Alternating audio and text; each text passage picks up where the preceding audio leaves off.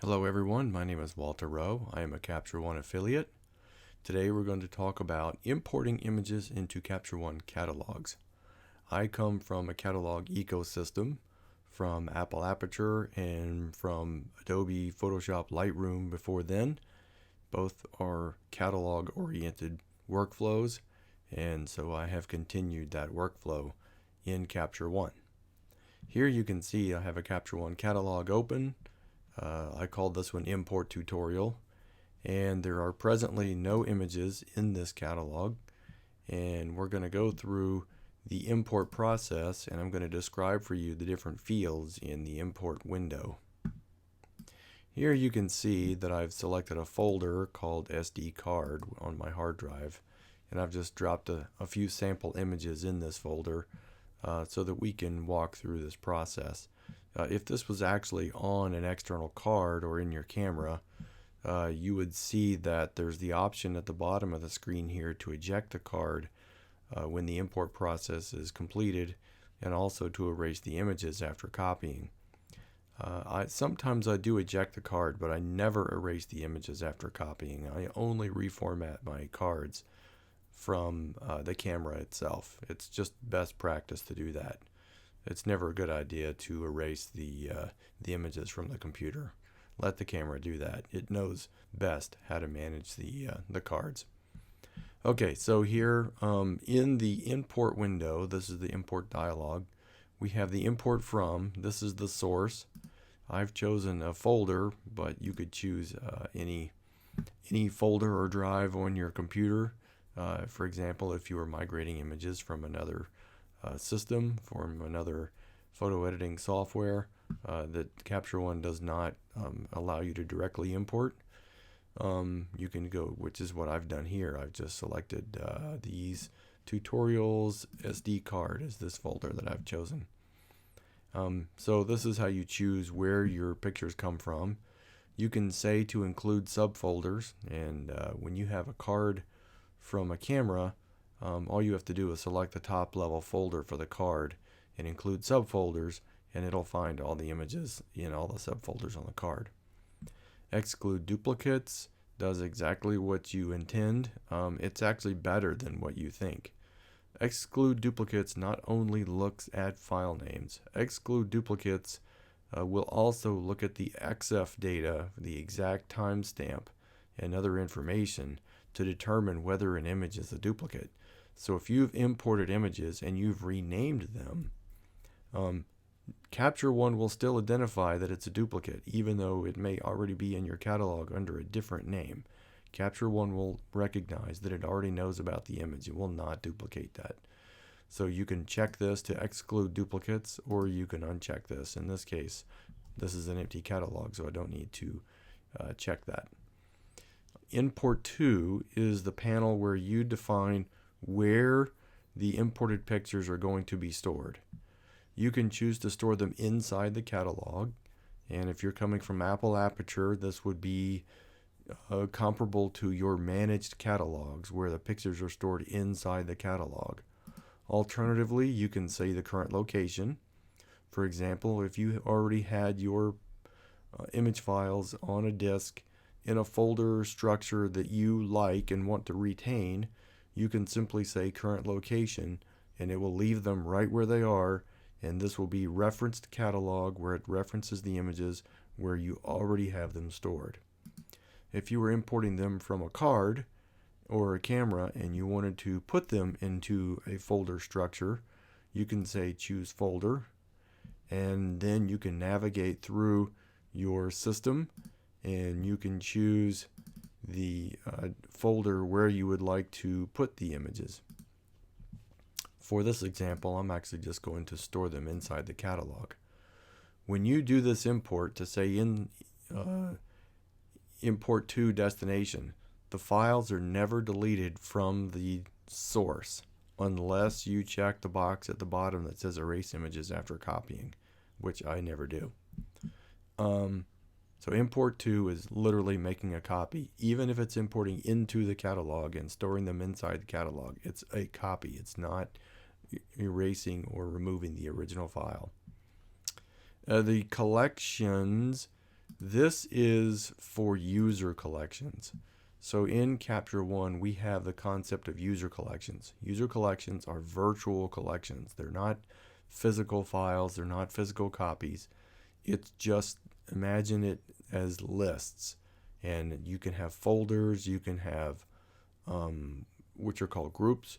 You can have albums. You can have projects, which are very similar to Apple Aperture projects. The difference is that Apple Aperture projects are the mechanism for pointing to actual files. That is not the case with Capture One.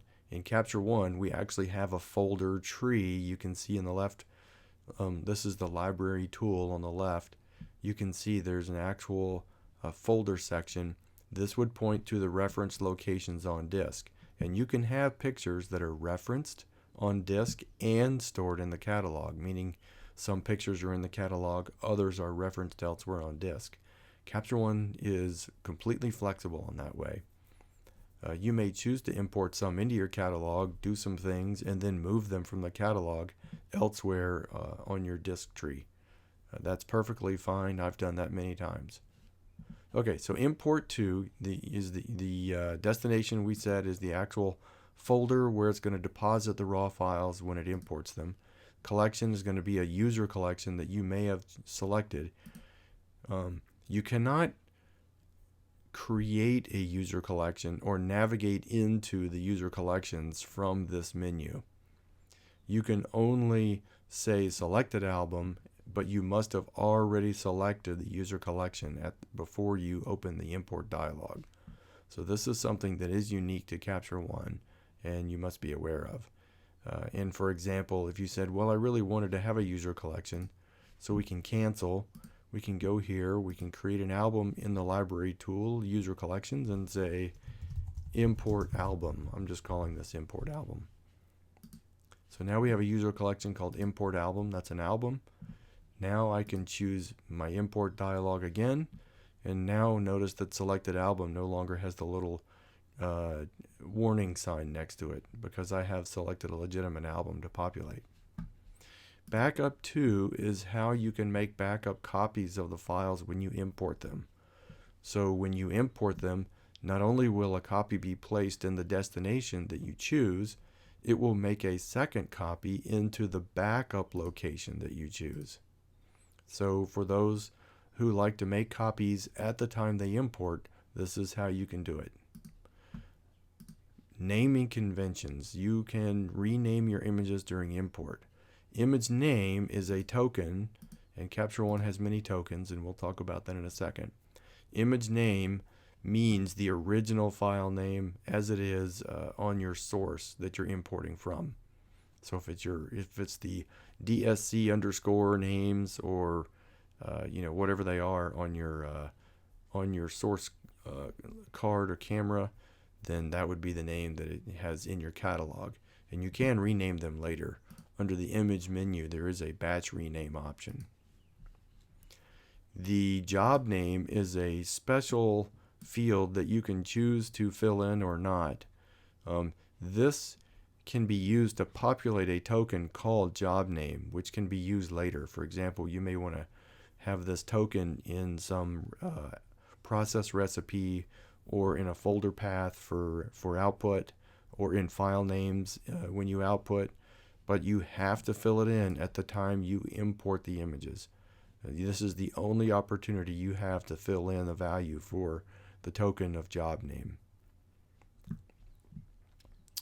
Let me open up the format for image name just so you can see that there are a number of options here. There is image name, which is the default, but there are lots of other tokens. There's the current date and time, lots of formats for parts of the date and time. There is the image date and time. This would be the EXIF date and time. There are job name, as we just talked about, which would be what you fill in that value in the naming panel. Location, lens, latitude, anything else that you want that's part of the metadata or EXIF data that is known in the image at the time that you import it.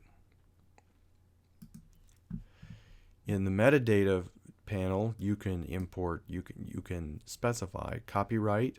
This fills out the IPTC copyright field, and you can put in an IPTC description, part of your IPTC metadata, so that as the images come in, they'll automatically have this applied. In the adjustments panel, we have styles. This is a very handy place to have styles where you have presets for metadata. And this is how I make sure that every image that I ingest into my catalog has my contact information in the metadata, the IPTC creator information. It gets populated right when I import the images. I never have to go back and touch that later. But you can also apply any particular styles that you may like. There are user styles, there are built-in styles with Capture One. You can have your own presets that you apply in addition to ones that you may purchase or that come with Capture One. And notice this says stack styles, so you can choose multiple styles and it will layer them up. You have auto adjust, so when the image is imported, you can choose to have it automatically make adjustments. For example, adjustments such as white balance, exposure, things of that nature. I don't choose that. And then you can say include existing adjustments. If you are importing images from a session, sessions have a folder called Capture One adjacent to the images, and that is where the session stores the adjustments and metadata for those pictures in that folder.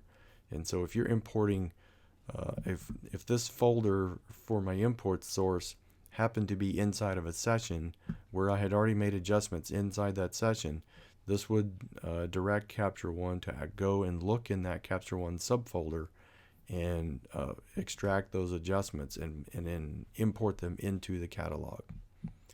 If I pick any of these images that's in my import folder, then I can see some information about those in the file panel.